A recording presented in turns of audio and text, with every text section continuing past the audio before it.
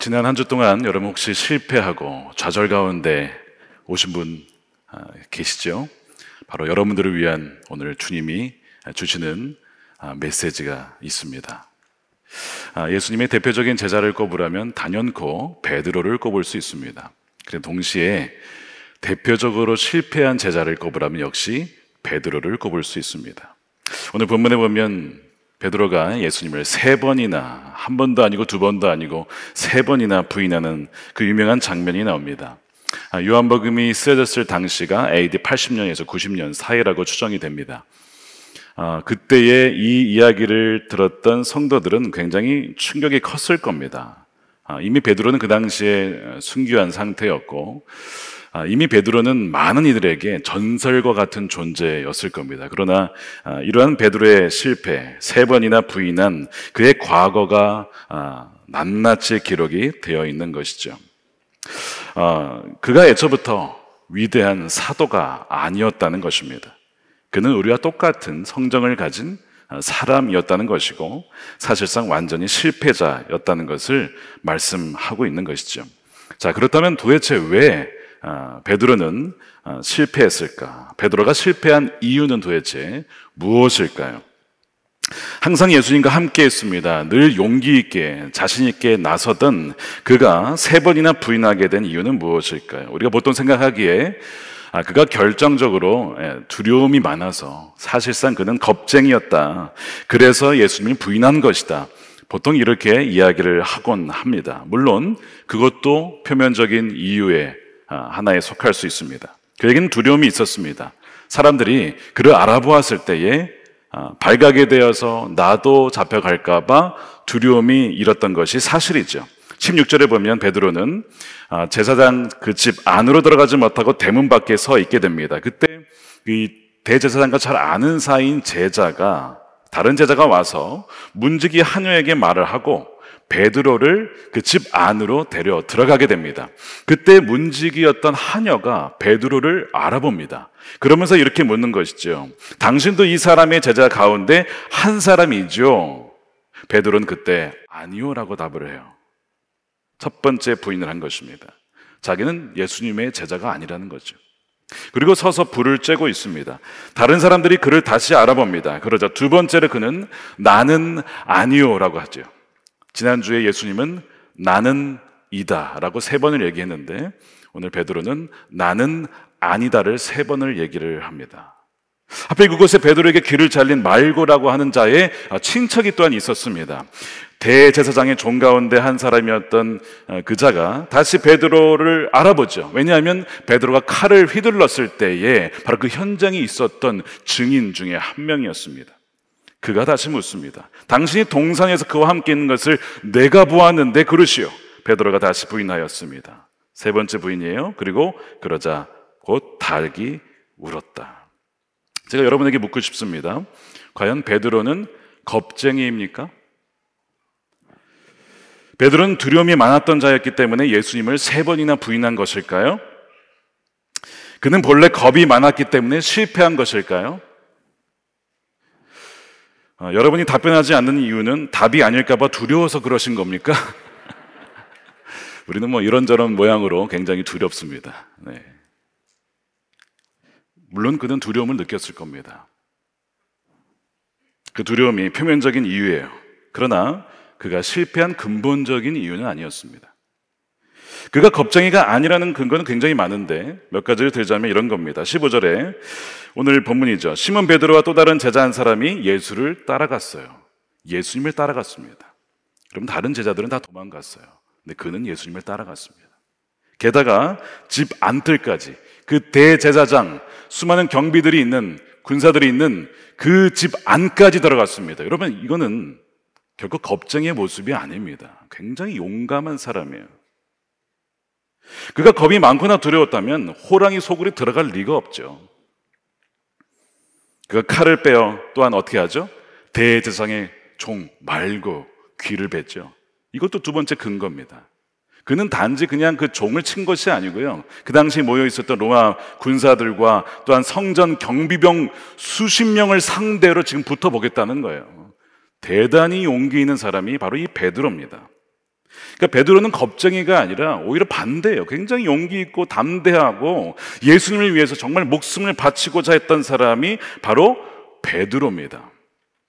그리고 끝까지 예수님을 쫓아가서 기어코 그 대제사장의 집까지 들어와 있는 이 베드로의 모습을 보십시오. 그리고 정말 담대하게도 그 사람들과 참 넉살도 좋아요. 같이 불을 쬐고 있어요. 여러분, 어떻게 베드로가 겁쟁이일 수 있습니까? 아닙니다. 자, 그렇다면 도대체 겁도 없이 예수님을 쫓아갔던 자가 어떻게 예수님을 3번이나 부인할 수 있었을까? 그가 실패한 진짜 이유는요, 그 자신에 대한 신념과 확신이 너무 강했기 때문에 그렇습니다. 그가 실패한 진짜 이유는 그가 두렵거나 약해서가 아니라 그 자신이 너무 강했기 때문에 그렇습니다. 그가 자신을 얼마나 믿고 자신을 믿었는지는 여러 가지 또한 증거들이 있습니다. 예를 들어서 마가복음 14장에 보면요, 예수님께서 베드로에게, 또 요한복음에서 그랬죠. 너가 나를 3번 부인할 것이다 예언을 하셨습니다. 그때 베드로가 뭐라고 얘기하냐면 자신에 대한 절대적인 확신을 갖고 있습니다. 마가복음 14장 31절이에요. 그러나 베드로는 힘주어서 말하였다. 내가 선생님과 함께 죽는 한이 있을지라도 절대로 선생님을 모른다고 하지 않겠습니다. 절대적인 확신이 누구에게 있었냐면 나에게 있었다는 것이죠. 그는 자신을 거의 주님과 같은 수준으로, 아니 주님보다 더한 수준으로 믿고 있었어요. 주님보다 자신을 더 믿고 있습니다. 나는 절대로 주님을 부인하지 않겠습니다. 그뿐이 아니에요. 동일한 평행 본문이 있죠. 마태복음에 보면요, 이 부분에서 그는 다른 제자들과 비교를 합니다. 비교하면서 내가 얼마나 담대하고 믿음이 좋은지를 그 우월감을 갖고 있어요. 마태복음 26장 33절에 베드로가 예수께 말하였다. 비록 모든 사람이 다 주님을 버릴지라도, 그들은 아마 버릴지 모르겠지만 나는 절대로 버리지 않습니다. 비교하고 있어요. 내가 얼마나 용감하고 내가 얼마나 담대한 사람인지, 자기 자신에 대한 자신감을 넘어서 타인에 대한 우월감을 갖고 있습니다. 지금 이 베드로의 고백은요, 다른 사람들은 다 겁쟁이라는 것이죠. 그럴 수도 있다는 것입니다. 그러나 자기의 고백은 나는 절대로 부인하지 않을 것이고 최후의 1위는 바로 내가 될 것이라고, 절대로 주를 버리는 바보 같은 짓은 하지 않을 것이라고 지금 말하고 있는 거죠. 이렇게 자신감 넘치는 자를 보고 누가 그가 겁쟁이라고 말하겠습니까? 그는 자신감으로 충만했고요, 자신은 우월감으로 또한 충만했던 사람입니다. 만약 여러분들 안에 이러한 자신감을 갖고 있다면, 혹시 여러분들 안에 타인에 대비해서 내가 더 우월하다라고 하는 마음을 갖고 있다면 바로 여러분들이 베드로입니다. 그러나 이런 베드로 타입 사람들의 문제는 뭐냐면 두려움이 아니라 너무 두려움이 없었던, 자신이 무너질 수도 있고 자신이 얼마나 연약한지에 대한 자신에 대한 두려움이 없었던 것이 문제입니다. 자신이 두려워서 약한 것이 아니라 겁이 없이 너무 자신에 대해서 확신을 가졌던 것, 내가 강한 것이 문제였다는 것이죠. 이러한 베드로의 모습을 예수님은 너무나 잘 알고 있었습니다. 그의 속마음을 꿰뚫어 보고 있었습니다. 그의 영혼의 상태를 잘 알고 계셨습니다. 그래서 예수님께서 자신이 영광을 받고 아버지께로 가야 한다라고 하니까 베드로가 묻습니다. 주님 어디로 가십니까? 그때 예수님께서 이렇게 얘기를 하시죠. 내가 가는 곳에 너희가 지금은 따라할 수 없으니, 내가 가는 곳에 내가 지금은 따라할 수 없다라고 얘기를 하시는 거예요. 그것이 베드로의 실제 영적인 상태였습니다. 베드로가 묻죠. 왜 지금은 따라갈 수 없느냐? 그러면서 베드로가 자신이 묻고는 자신이 다시 한번 그 답을 얘기를 합니다. 왜 따라갈 수 없는지를 자기가 말을 해요. 37절에 베드로가 예수께 말하였다. 주님, 왜 지금은 제가 따라갈 수 없습니까? 나는 주님을 위하여서는 내 목숨이라도 바치겠습니다 라고 하는데, 그가 지금 따라갈 수 없는 이유가 바로 여기에 있어요. 뭘까요? 자기 목숨, 자기 확신, 자기 자아에 대한 지나친 믿음입니다. 자기 자신의 태생적인 힘과 재능과 능력을 확신하는, 자기 이 목숨과 같은 생명을 사랑하는 것, 바로 그겁니다. 그래서 주님을 쫓아갈 수 없는 거예요. 얼마나 자기 확신과 주도성이 강한지 주님의 십자가의 길마저도 가로막을 정도로 강합니다. 주님 절대로 십자가를 져서는 안 됩니다라고 가로막아요. 우리가 얼마나 자아가 강한지 모릅니다. 예수님의 길을 막을 정도로 강한 거예요. 예수님께서 뭐라 하시죠? 사탄아 물러가라. 너는 나를 걸려 넘어지게 하는 자로다. 우리가 주님의 걸림돌이 될 수 있어요. 언제요? 우리가 우리 자신에 대한 확신을 가질 때, 우리 자신을 지나치게 믿을 때에 그렇게 되는 거예요. 그래서 육신의 생각과 성령의 생각은 서로 같을 수가 없습니다. 서로를 대적을 하게 되어 있어요. 육신의 생각이 강하면 성령의 생각은 밀려납니다. 반면에 성령의 생각이 강하면 육신의 생각은 줄어들게 되어 있어요. 그래서 지금 베드로는 예수님을 따라갈 수가 없는 것입니다. 왜냐하면 말씀드린 대로 그가 약해서가 아니고 너무 강하기 때문에 그래요. 예수님께서 분명 말씀하셨습니다. 너희가 누구든지 나를 따라오려거든 어떻게 해요? 자기를 부인하고 나를 따를 것이니라. 이 자기가 자기의 목숨이에요. 생명이에요. 자기의 자아를 말합니다. 이거를 부인하지 않고는 너희는 나를 따라올 수 없다라고 말씀하시죠. 그런데 베드로는 지금 자기 부인이 아니라 자기 주장을 하고 있는 거예요. 자기 주장을 하고 있습니다. 여러분, 마귀는요, 우리의 자아를 집중 공략합니다. 우리의 자아를 부풀립니다. 그래서 하나님이 아니라 바로 우리 자신에게 집중을 시키는 것이 마귀 유혹과 시험의 본질이에요. 여러분, 지난 몇 주 전에 말씀을 드렸어요. 거룩이란 무엇이냐? 오직 하나님 한 분에게만 시선을 올려드리는 것이다. 우리 자신을 내어드리는 것이다. 반면에 거룩하지 않은 것은 시선이 둘로 나뉘는 것이다. 마음이 나뉘는 것이다 라고 말씀을 드렸습니다.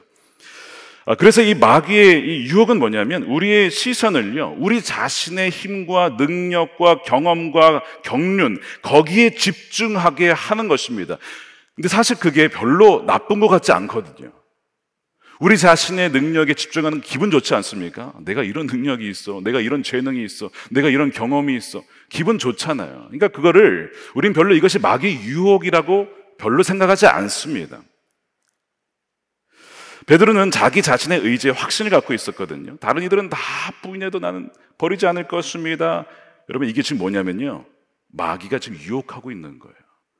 너 자신을 신뢰해라. 너 자신을 믿어라. 너의 강한 의지면 모든 것이 다 할 수 있어. You can do it, just do it.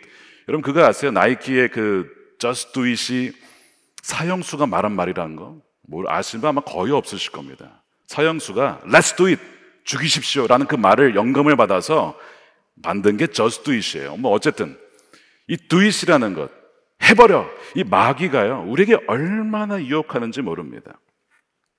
누가복음 22장 31절에 시몬아 시몬아 보아라, 사탄이 밀처럼 너희를 체질하려고 너희를 소나기에 넣기를 요구하였다. 체질을 하면 껍데기와 알곡이 갈라지죠. 떨어져 나가는 거예요. 그래서 마귀는 우리를 계속 흔들어서 어떻게 만드는 거죠? 우리가 주님의 은혜로부터 떨어져 나갈 수 있도록, 우리가 주님께로 향한 시선을 우리 자신에게로 향하도록 계속 흔듭니다. 흔들어서 우리에게 집중하게 만들어요. 결국에는 어디를 끌고 가냐면 지옥으로 끌고 가는 것입니다. 이것이 마귀의 전략이에요. 그래서 여기에 보면 베드로만이 아니에요. 뭐라고 되어 있냐면 너희를이라고 되어 있잖아요. 전체 제자를 상대로 체질을 하고 소나기에 넣으려고, 마귀가 우리를 소나기에 넣으려고 베드로만이 아니라 우리 전체를, 저를 포함해서 우리 모두를 끊임없이 유혹한다는 것입니다. 어떻게 해요?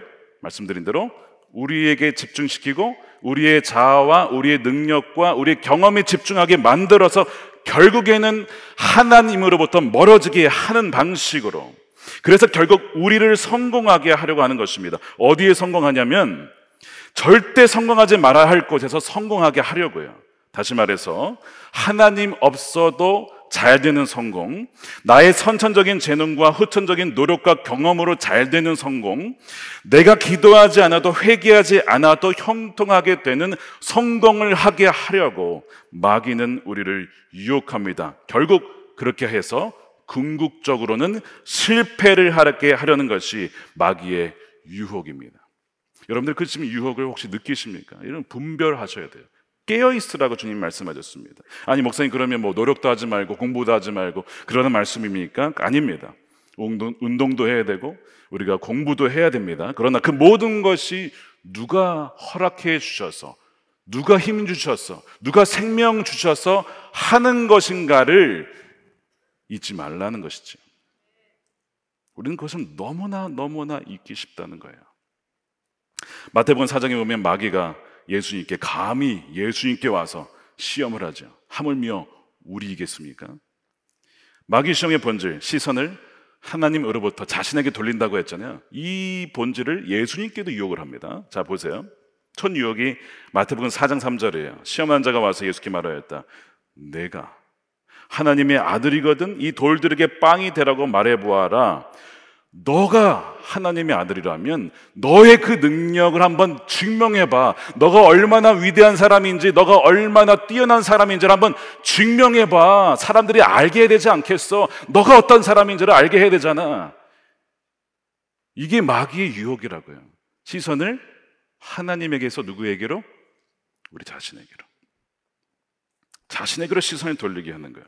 그런데 예수님의 이 시험을 이기는 방법은요, 말씀인데 말씀을 통해서 다시 하나님께로 돌리는 것입니다. 우리에게 왔던 시선을 하나님께로 돌리는 것이죠. 그것이 4장 4절이에요. 예수께서 대답하셨다. 성경에 기록하기를 사람이 빵으로만 살 것이 아니라 하나님의 입에서 나오는 모든 말씀으로 살 것이다. 하나님과 그분의 말씀으로 다시 한번 그 시선을 돌리게 만들죠. 마귀는 포기하지 않습니다. 계속해서 유혹합니다. 두 번째 유혹이 다가와요. 나에게 절해라, 뛰어내려라, 막 이러면서 하죠. 근데 그때 예수님이 계속해서 그 시선을 돌립니다. 마지막 유혹은 뭐냐면, 나에게 절하면 너에게 이 모든 세상의 영광을 너에게 줄게. 이 세상은 너의 것이야. 너의 세상이야. 이 모든 재물도 다 너의 것이야. 이렇게 유혹을 합니다. 다시 우리에게 집중을 시켜요. 마지막 유혹을 어떻게 주님이 물리치시죠? 기억하시죠? 마태복음 4장 10절입니다. 우리 함께 읽어보겠습니다. 시작. 사탄아 물러가라. 성경에 기록하기를 주 너희 하나님께 경배하고 그분만을 섬겨라. 방향을 돌리잖아요. 너의 세상이야. 너의 능력이 세상에 알려져야 돼 라고 했을 때 아니야. 분명히 말씀하셨어. 주 하나님만 경배하고 그분만을 섬겨야 되라고 마귀를 물리치는 것입니다. 여러분, 마귀의 시험의 본질은요, 우리에게 집중시키는 거예요. 여러분, 우리가 우리 자신에게 집중하면요, 세상에서 일시적인 성공을 거둡니다. 우리에게 하나님이 능력을 주셨어요. 우리는 하나님의 형상대로 지음받은 피조물입니다. 이 동물하고 달라요. 하나님의 그 독특한 능력, 창의력, 어떤 그 재능이 우리 인간에게 내재되어 있어요. 그래서 믿지 않는 사람들도 노력하고 개발하면요, 어마어마한 능력을 발휘할 수 있습니다. 성공할 수 있습니다. 그런데 여러분, 마귀가 바로 노리는 것이 그거예요. 그렇게 함으로써, 우리 자신에게 집중함으로써 일시적인 성공을 줌으로써 궁극적으로는 실패하게 만드는 거예요. 그 실패란 바로 하나님으로부터 떨어져 나가는 것입니다. 이것이 마귀가 노리는 거예요. 지금 베드로는요, 그 실패의 이유가 바로 그겁니다. 바로 자기 자신을 지나치게 확신했다는 것이죠. 지나치게 신뢰했다는 거예요. 바로 그것 때문에 무너지게 되는 것입니다. 그래서 예수님께서 겟세마네 동산에서 뭐라고 하시냐면, 시험에 들지 않도록 깨어 기도하라고 하셨잖아요. 겟세마네 기도에서의 유혹이 뭐냐? 정말 마귀가 대단한 게, 그 마지막 순간까지도 예수님께 끝까지, 그러니까 처음에 사역을 시작할 때부터 마지막까지 마귀의 유혹에 그치지가 않습니다. 여러분, 마귀는요, 쉬지 않아요. 24시간 영업합니다. 이 마귀예요. 24시간, 원조까지는 아니죠. 원조는 우리 하나님이신데, 그걸 카피해서 자기도 24시간 일한다니까요. 마지막까지 여기까지 와가지고 어떻게 유혹을 하냐면, 주님이 뭐라고 하시죠? 아버지, 이 잔을 지나가게 하옵소서. 예수님도 유혹을 받으시는 거예요. 죄를 짓지 않으셨지만 육신을 입으셨기 때문에 마귀의 유혹을 받아요. 이 잔을 지금 지나가게 해주십시오. 십자가 지기 않도록 진행하게 해달라고. 이 마귀의 유혹이 왔다는 것이죠.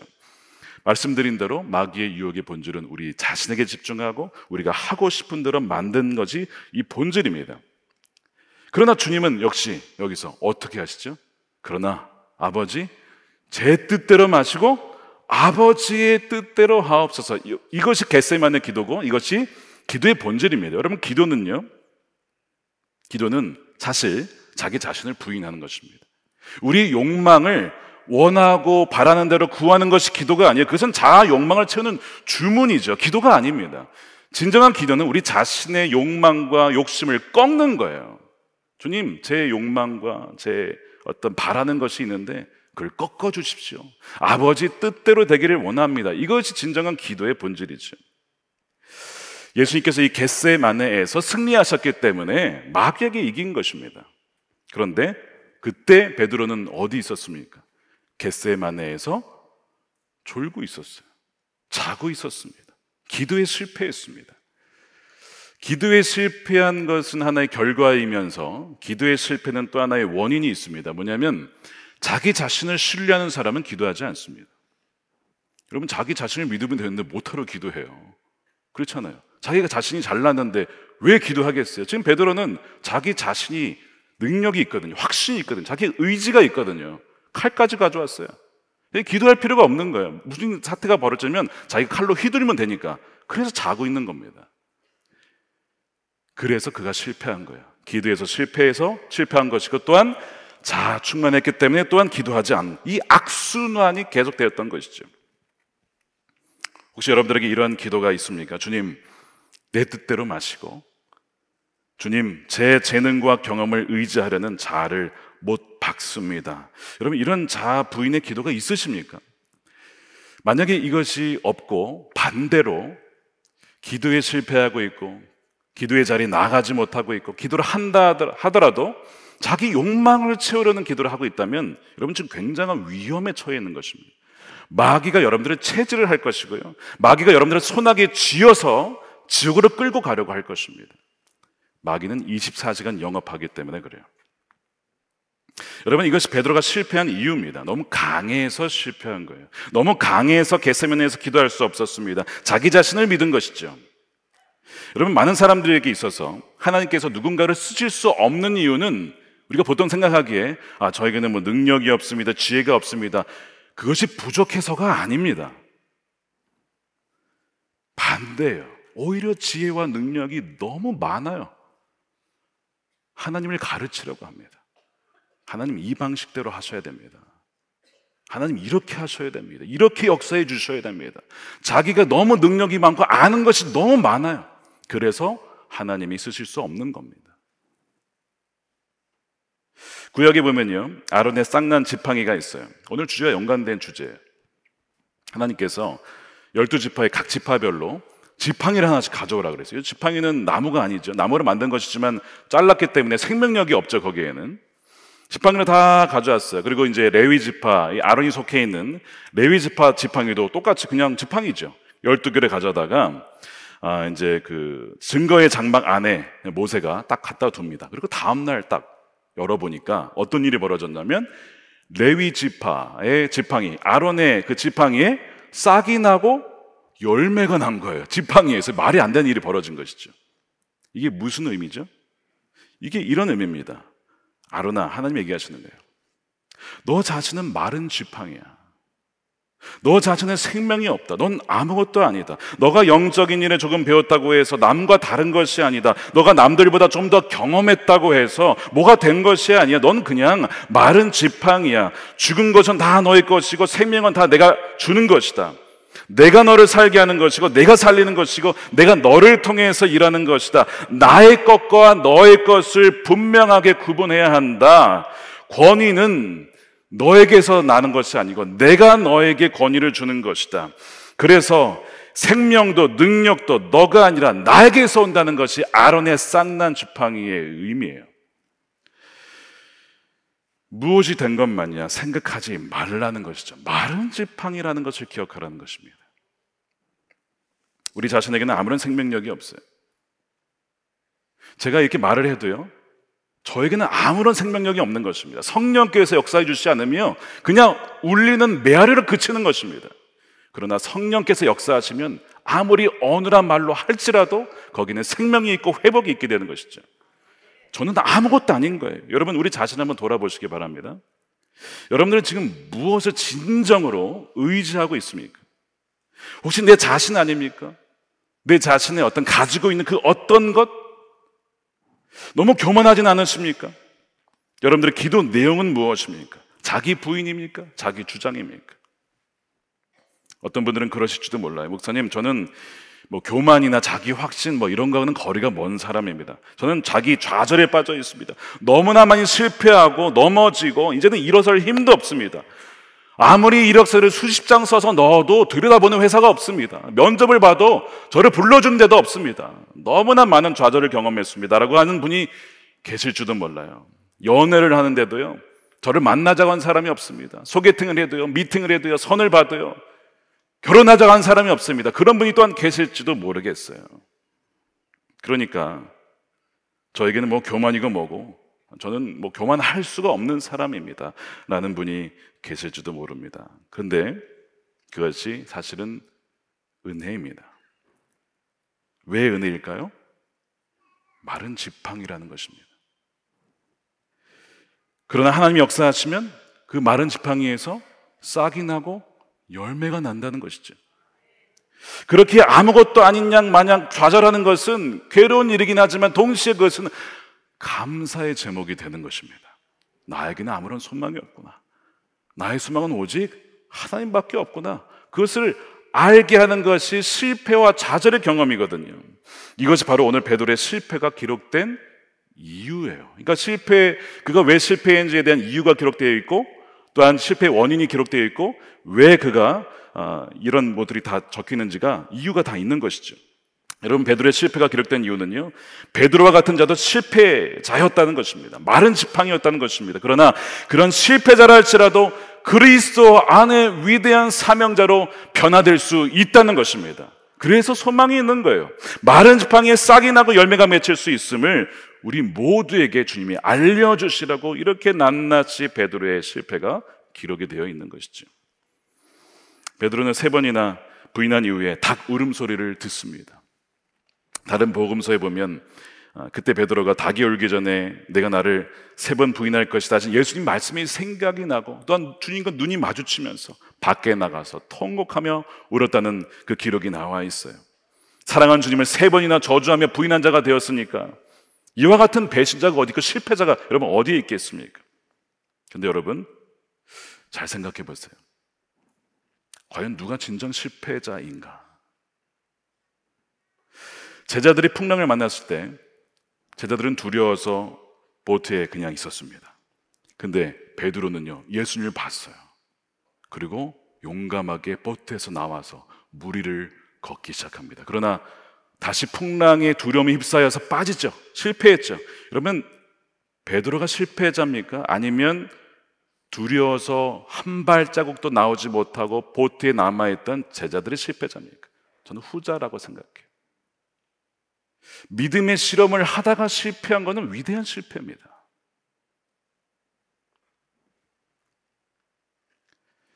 또한 주님께서 말씀하시기를 생명의 문은 좁은 문이라고 했어요. 좁은 문. 그리고 넓은 문이 있대요. 누가 좁은 문으로 가는 거예요. 그래서 들어가려고 하는데 문이 좁아서 꼈어요. 살을 좀 뺄 걸. 꼈어요. 여러분 실패한 겁니까? 누가 보면 뭐 거길 들어가려고 하냐, 그 좁은 문을, 이 넓은 문 놔두고 왜 좁은 문을 들어가서 그렇게 실패하고 좌절하고 사람들이 조롱거리가 돼 라고 할 수도 있겠지만, 여러분 누가 실패자죠?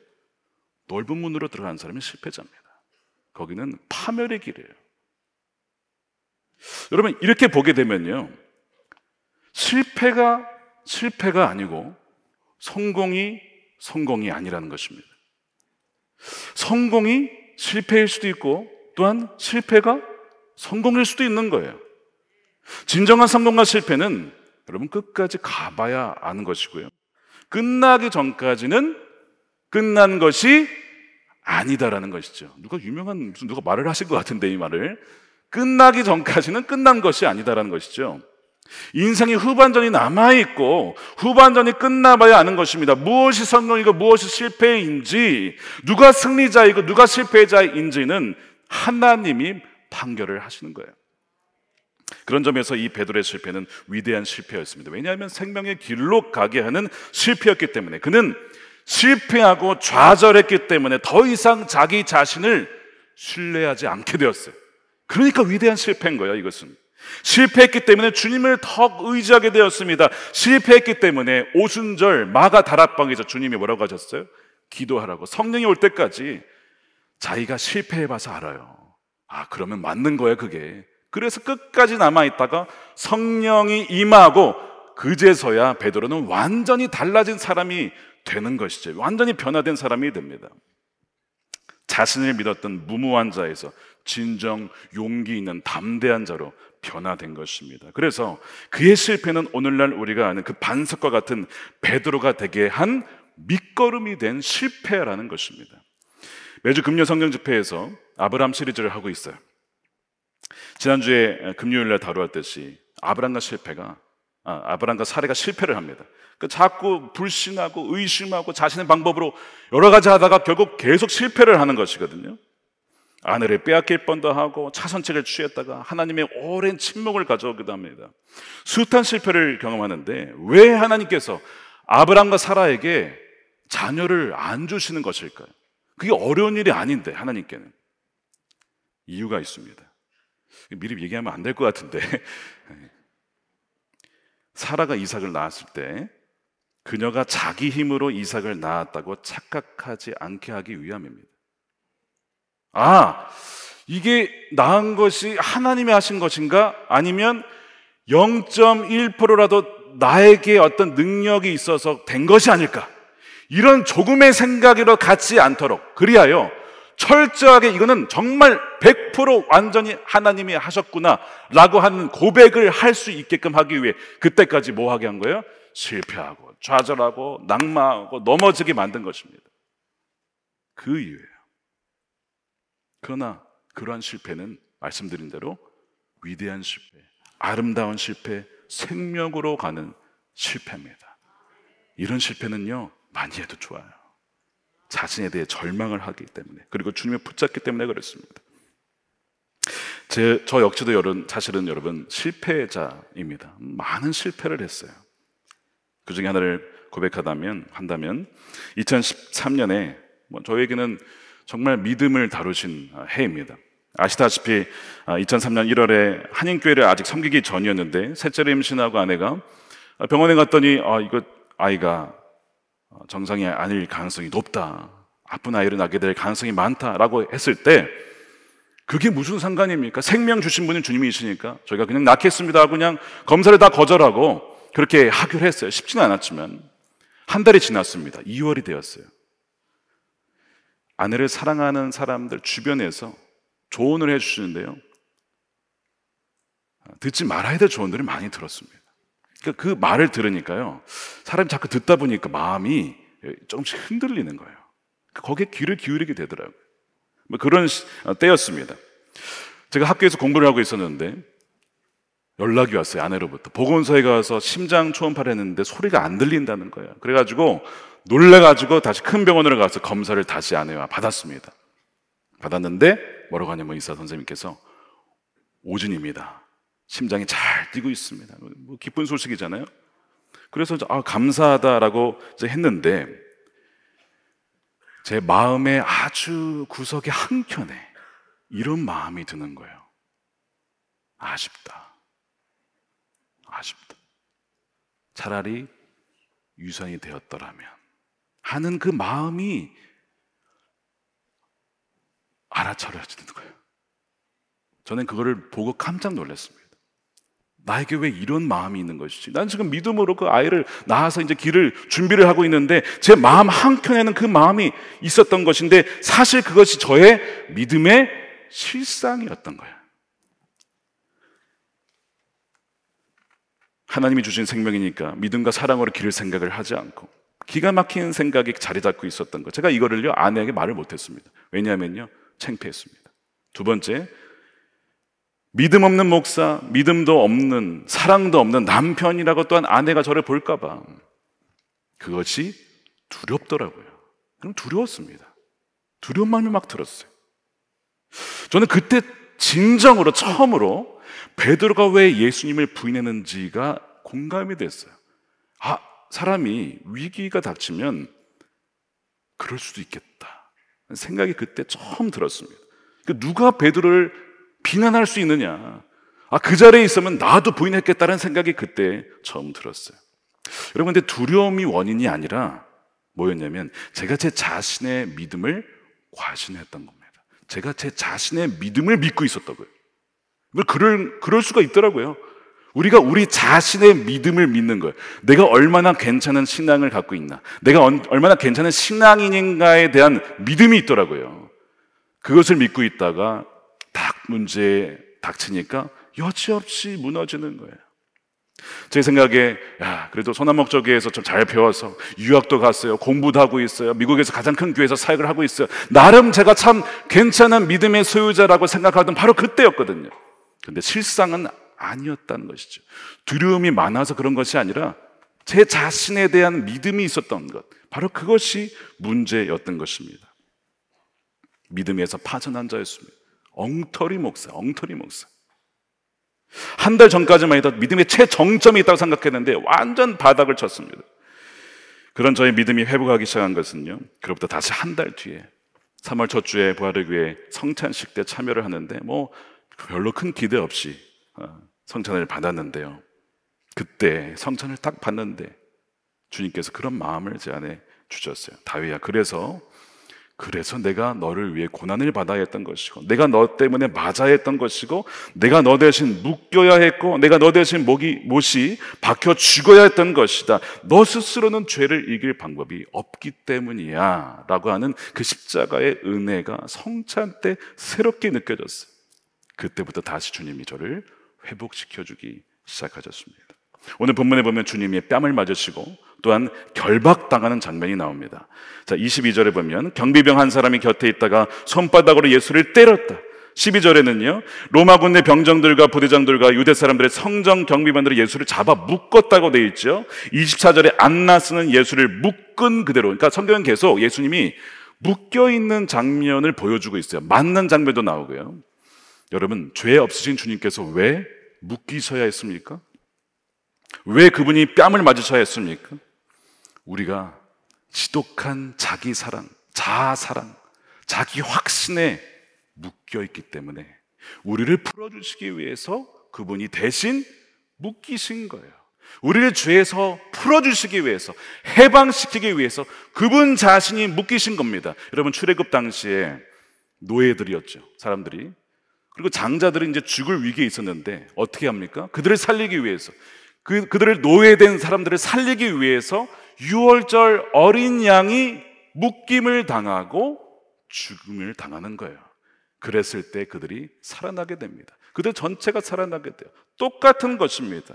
바로 우리가 죄로 인해서 실패할 수밖에 없어요. 우리는 죄에 완전히 묶여있는 자들입니다. 스스로 절대 이길 수가 없어요. 마틴 루터의 표현대로 우리는 자유의지가 아니라 노예의지, 죄를 지을 수밖에 없는 노예의지에 완전 사로잡혀 있는 자들인데 주님이 대신 묶이시고 우리를 풀어주셨다는 것입니다. 이것이 복음이에요. 시편 116편 16절 말씀을 함께 읽어보겠습니다. 시작. 여호와여, 주께서 나의 결박을 푸셨나이다. 내가 주께 감사제물을 드리고 여호와의 이름을 부르리이다. 할렐루야. 이것이 복음입니다. 우리의 결박을 푸시려고 주님이 대신 우리의 죄를 대신해서 묶이신 것입니다. 여러분들이 지금 실패와 좌절을 경험하신다면 참 고통스럽고 괴로운 일이지만 말씀드린 대로 이것은요, 동시에 은혜일 수 있습니다. 우리에게 하나님의 실패를 허락하게 하심으로써 주님, 더 이상 제 힘으로는 안 됩니다.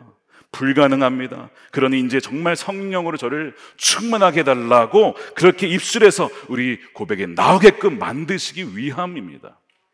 이것이 베드로의 실패가 기록된 이유이고, 이것이 베드로의 실패가 이유가 기록된 또한 이유입니다. 실패자였던 위대한 사도, 그가 실패자에서 위대한 사명자로 바뀔 수 있었던 것처럼 저와 여러분들도 비록 실패하고 넘어지지만 주님의 은혜 안에서 또한 성령의 권능으로 주님의 위대한 사명자로 변화될 수 있는 줄로 믿습니다. 오늘 이 확신 가지고 겸손하게 날마다 주님의 은혜를 구하며 주님의 사명자로 서시는 저와 여러분들이 되시기를 주님의 이름으로 축원합니다. 우리 함께 우리 기도하겠습니다. 주님, 이 시간 우리 고백할 때에 우리 가슴에 손을 얹고 기도할까요? 주님, 제가 바로 그 베드로와 같은 실패자입니다. 숭배했던, 자기 자신을 믿었던, 내 능력과 내 경험과 연륜을 믿었던 바로 저입니다. 반대로 또한 자기 연민에 빠져서 나는 왜 이렇게 인정받지 못할까? 여러분, 그것도 하나의 교만의 다른 표현일 뿐입니다. 우리가 이 시간 고백할 때, 주님, 저는 아무것도 아닙니다. 마치 마른 지팡이와 같습니다. 그러나 주님께서 역사하신다면, 성령을 부어주신다면 저를 통해서 생명을 낳게 하고 생명을 불어일으키며 열매를 맺히게 하는 그 놀라운 역사가 일어나게 될 줄로 믿습니다. 이 시간 우리 정말 마른 지팡이 같은 우리의 인생이지만 주여 친히 우리를 통해서 일하시고 하나님만 영광 받아 주시옵소서. 우리 그것을 위해서 함께 동서원에 기도하겠습니다.